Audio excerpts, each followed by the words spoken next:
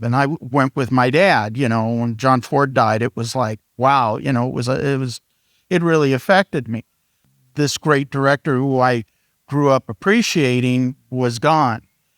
What was really rough and where I totally lost it is when I saw John Wayne with Ford's widow on one side and his wife Pilar on the other side, and John Wayne is crying.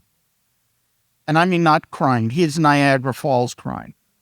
His eyes were so red, and I lost it.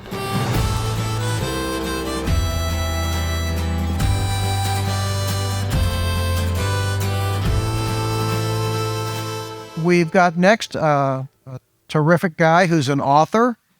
He's written several wonderful books about Lon Chaney, but he also wrote one right here, Code of Honor, about 3 great Westerns, behind-the-scenes stories about it. His name is Michael Blake. The 3 films are High Noon, which his father was in as an actor, Shane, and, of course, The Searchers. Michael Blake.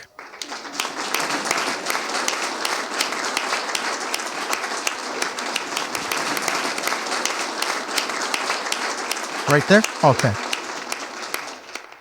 So, anyway. In fact, Michael does makeup on maybe one of the worst Westerns ever made, The Lone Ranger with Johnny Depp. So, yes, but the makeup was very good. And he got to go to Monument Valley to shoot some of it, too. Yeah. Yes, that wasn't hard. We've talked about some of the John Ford Westerns. Right. And, of course, one of the other great directors who worked so often with Duke was Howard Hawks. Yeah. He also worked with Robert N. Bradbury a lot. That was Bob Steele's dad, and those were the Lone Star Westerns. We get Woody Wise up here to tell us about those. What of the Westerns that are not the John Ford films are important in his canon? Well, you have to say first off, True Grit. I saw the remake. We saw the remake together at Sing Theater, and I was less receptive to it than you were. I liked it. Jeff Bridges had a hard role to fill. I mean, come on, John Wayne, it's like, it's like trying to play, who's going to play Christ very impressively, other than the real guy. Well, Jeffrey Hunter. It's kind of, or H.B. Warner, but they still don't stack up. So it was kind of hard in that respect. True Grit, I think, was his,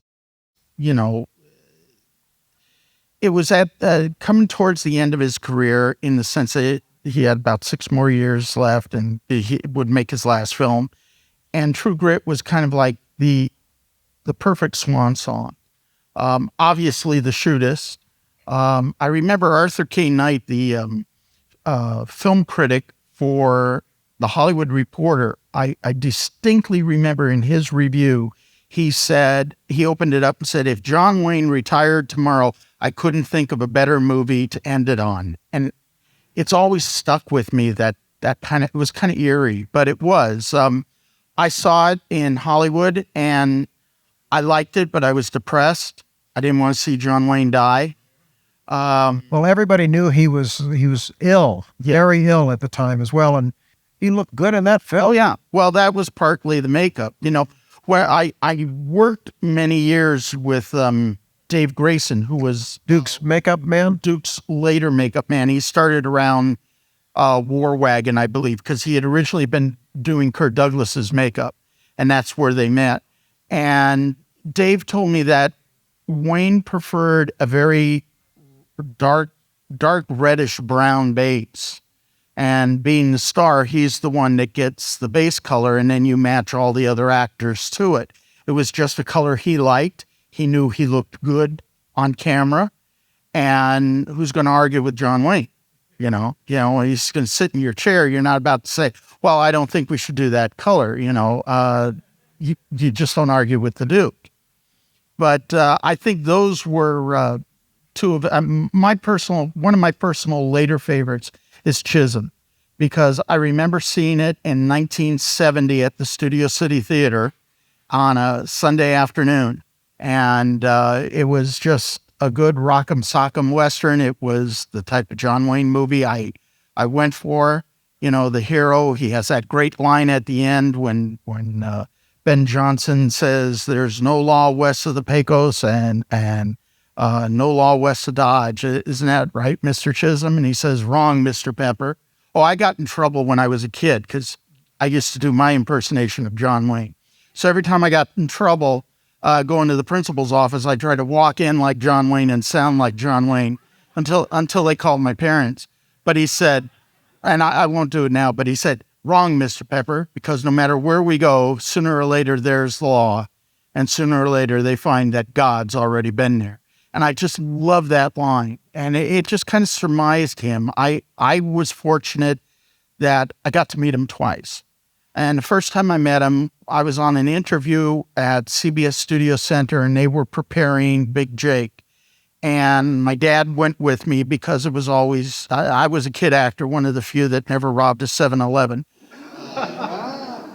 before I got into makeup. And my dad would go with me because you never knew who dad knew, you know, and you could wind up possibly getting a job or not getting a job. And so afterwards, we're walking around the lot. Well, for me, I wanted to go to the Gunsmoke Street. You know, that was important to me, you know, next to John Wayne, Lon Chaney and John Wayne, James Arness, Matt Dillon, childhood hero. Well, we're walking around the lot, and my dad says, wait a minute. And he says, come with me. And he sees, all I see is this big person in the distance. And as I get close, I went, well, I can't say what I said, but I said, holy crap. He was young. Yeah. I said, that's John Wayne. And my dad had known Wayne when they were under contract to Universal in 1937, 38. He had known him. He had done the stage play What Price Glory with him for Ford. And so he went over and he said, hey, Duke. And he turns around and goes, Larry Blake. Hello, Larry. And this guy comes walking up to us. Now, how many of you have been to the Sequoias? Okay. You know how big the Sequoias are. John Wayne was a sequoia with legs, okay? He just was huge, you know, and you're doing this, and it goes up and up and up and up and up and up and up and up. And he says, this is my son. He goes, hello, son. Puts his hand out. My hand disappears into his hand. And I said something like, hi, you know, real intelligent. And my dad and he talked for a little bit, and he told my dad, you know, I'm an actor, and he says, well, we'll have to do a movie together. I said, okay, you know. Well, we came close. I was up for one of the parts in The Cowboys. That's why I don't watch The Cowboys, because I didn't get it.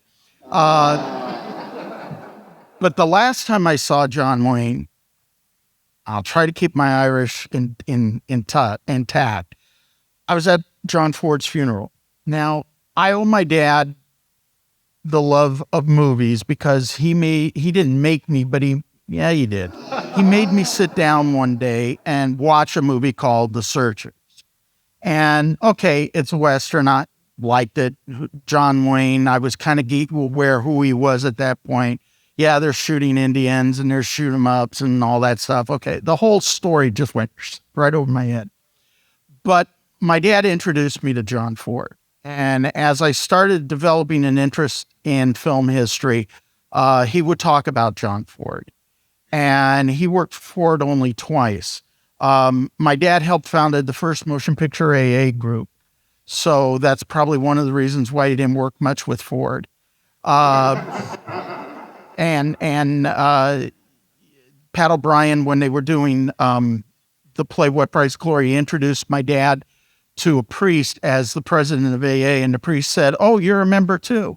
So that, but my dad absolutely loved Ford, and he showed me Ford's movies, and he would, I got a running commentary from my dad of, look how he does this, look how he does that, look at this shot. And subconsciously, my father embedded this love of John Ford's movies, who if you've seen me on the TCM little short about Westerns, I say John Ford is absolutely positively the greatest director in American cinema. And that's not because Dan slipped me a 50. I truly believe that. I think John Ford is the greatest American director in cinema, and anybody that, including a certain director I won't name wants to say anything about it, I'll be glad to go toe to toe with him and cite passage and verse. So when Ford passed away, there was an actors club in Hollywood called the Maskers Club, which is where they rehearsed the stage play For What Price Glory back in 1949. And so there was a whole pew at Blessed Sacrament Church of members from the Maskers Club. And I went with my dad. When John Ford died, it was like, wow, it really affected me. I didn't realize how much it affected me until it was over and they're wheeling out John's casket and his battered flag from Midway is there. And I see that, and it was kind of a finale for me that this great director who I grew up appreciating was gone. What was really rough and where I totally lost it is when I saw John Wayne with Ford's widow on one side and his wife Pilar on the other side, and John Wayne is crying. And I mean not crying, he's Niagara Falls crying. His eyes were so red. And I lost it. I just started, the Irish in me came out, and I just started, because here I saw the love that Wayne had for Ford, despite how many times he picked on him and that. And I saw Ford and these two guys who they were my heroes. And I remember walking out, and as the pew exited out, I'm walking down the aisleway, and standing next to me is William Wyler and Charlton Heston. And all I remember is looking at Wyler and Heston, and I'm just sobbing. I'm 16 and I'm sobbing. And Wyler just looks at me and smiles and nods. And Heston, behind his aviator glasses, gives me a curt nod. It was as if they'd say, I understand. I mean, if you wanted to kill Hollywood that day, that was the day to do it. Everybody, ladies and gentlemen, from Hollywood was there. Frank Capra, George O'Brien. I mean, every damn director in town that was worth their spit was there. And Henry Fonda was, I mean, it was an unbelievable turnout for a great guy. And to watch John Wayne cry, I mean, that was just for me that I wanted to go up and hug him, because I understood how he felt. Even though Ford meant more to him than me, I understood, and I wanted to hug him. I wanted to make him feel better. And it was an amazing day to see that. Why is John Wayne, 30 some odd years after he's been gone, why is he so popular? And there's the often abused word charisma. Now, having grown up in the business, I've been around through my dad and that. I've met pretty much almost every major star in the business. And yes, there's a lot of charisma, and there's something about them that you go, wow, it's Cary Grant. Wow, it's Jack Lemmon. Wow, it's this one, or it's Lucy, or whatever. And there's something about that. But John Wayne is, I consider, a gift from the cinematic gods, if you will. You ever taken two magnets and put them close together and you feel the pull?